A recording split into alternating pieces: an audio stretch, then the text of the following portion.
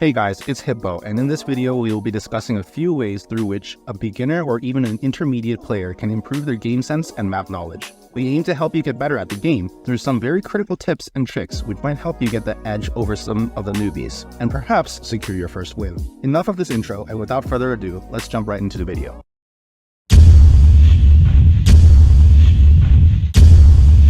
Let's start off with a drop guide. Choosing the right place to land is key, and it's best to find a spot that fits your playstyle. Busy places like the superstore or hospital might have some more action, while quieter spots are usually found around the map's edges, which some people might prefer to land in to loot in peace without taking many gunfights. There are places with lots of contracts, and scavenger contracts are especially popular. Remember this when you're deciding where to land. Also, notice the flight path of the plane and where the first safe zone is when you pick your starting spot. Red areas are Hotdrops. If you're craving some high-intensity action, this is the place to be. It is always busy with fights, the loot is great, though not the absolute best. These areas stay busy throughout the match. Yellow areas. These areas are adjacent to the main Hotdrop locations. They offer decent loot and are not as crowded. This is great for players who prefer to have a decent loot before heading towards the busy Hotdrop locations. Green areas. These areas offer low-quality loot and are distant from Hotdrops. They are situated on the outskirts of the maps, and they typically see lower player activity, making them ideal for those who prioritize gearing up before entering the next zones. These locations are a great option for players aiming to survive until the endgame, as the final zone often forms around these areas. Whether you're aiming for a hot drop or not, being the first to hit the ground is key. Here's what you need to do. Pick up your drop spot early and stick to it.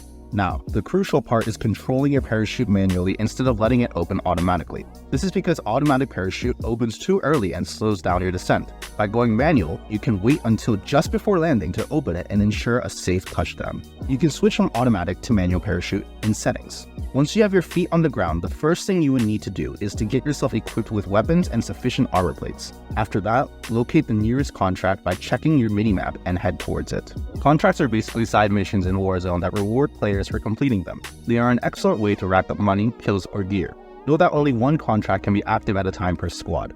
Warzone has 5 types of contracts: Bounty, Scavenger, Recon, Supply Run, and Most Wanted. Starting off with Bounty, the main objective of this contract is to eliminate the target player. Once the contract begins, the target player's live location will be pinged.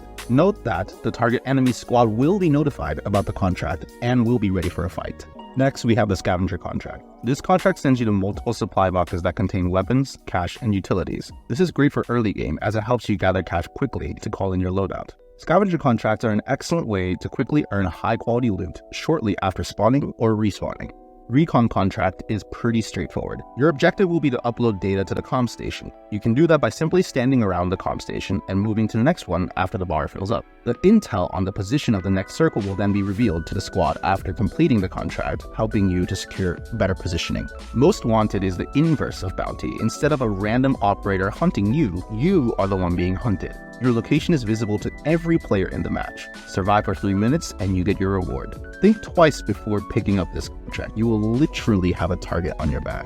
Lastly, the Supply Run contract sends you and your squad to the nearest buy station. If you reach the buy station within the time limit, you will be rewarded with heavily discounted items. While the ground loot you find scattered around will protect you in the early game, your first goal should be securing your loadout. The team with the fastest loadout drops are at a big advantage by having weapons and perks that suit their playstyle. You can secure your loadout from the loadout drop. There are 2 ways to secure a loadout drop. Secure the drop, which spawns on the map, or buy it from a buy station with cash.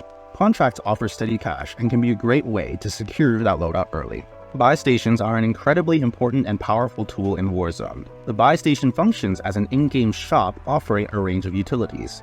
These stations are scattered throughout the map and can be spotted by the shopping cart icon in the minimap. With cash collected from supply boxes, defeated players, and contracts, you can purchase valuable score streaks, diverse utilities, loadout drop markers, and even revive your fallen teammates. Just remember, if you decide to redeploy a teammate, just know that doing so will cause a flare to fire upwards from the buy station, giving away your location for any enemies nearby. Buy stations host a special event that typically occurs around mid-game, known as fire sales. Lasting for about 60 seconds, fire sales offer a 30% discount on all items during this time frame. Here is a breakdown of items worth purchasing from buy stations.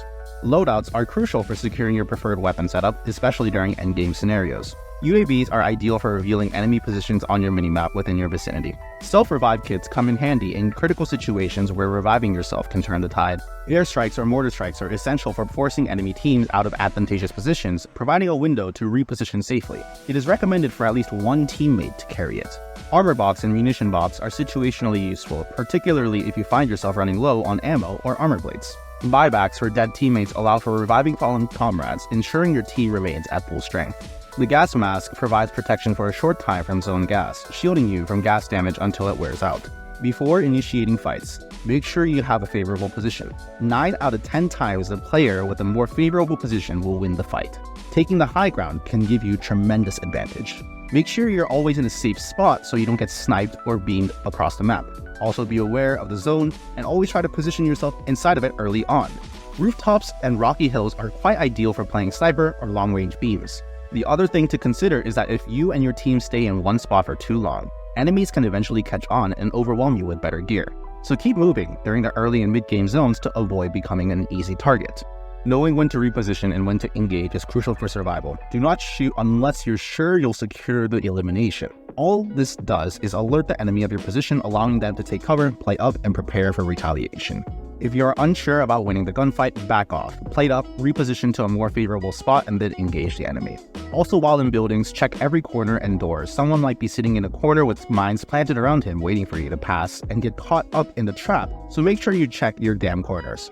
Before engaging in combat, ensure you're in a favorable position. In 9 out of 10 cases, the player with the advantage in positioning emerges victorious in the gunfight. It is recommended to always opt for the high ground.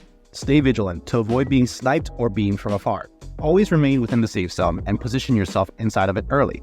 Late rotations inside of the zone can be very punishing. Rooftops and rocky hills offer excellent vantage points for sniping or engaging in long-range combat. Avoid running through open areas whenever feasible, and if you must, be mindful of available cover. When you're eliminated in the Battle Royale, you will find yourself being dragged into the Gulag, a prison where you will face off against another inmate in a one-on-one duel. The winner of this duel earns their freedom, which means being redeployed to the main Battle Royale arena. During the 1v1 encounter, you must defeat your opponent within a limited time. If neither of you eliminates the other, a flag appears in the arena center. The player that captures this flag secures their respawn. If you succeed, you will re-enter the game equipped with the same weapon you used to secure your win. The biggest piece of advice is to utilize your equipment effectively. Things like flash grenades, stuns, and lethals can make all the difference. If you hit your opponent with a flash or stun, the fight is already over for them. Here are some simple tips to improve your endgame strategy. First, use the gas.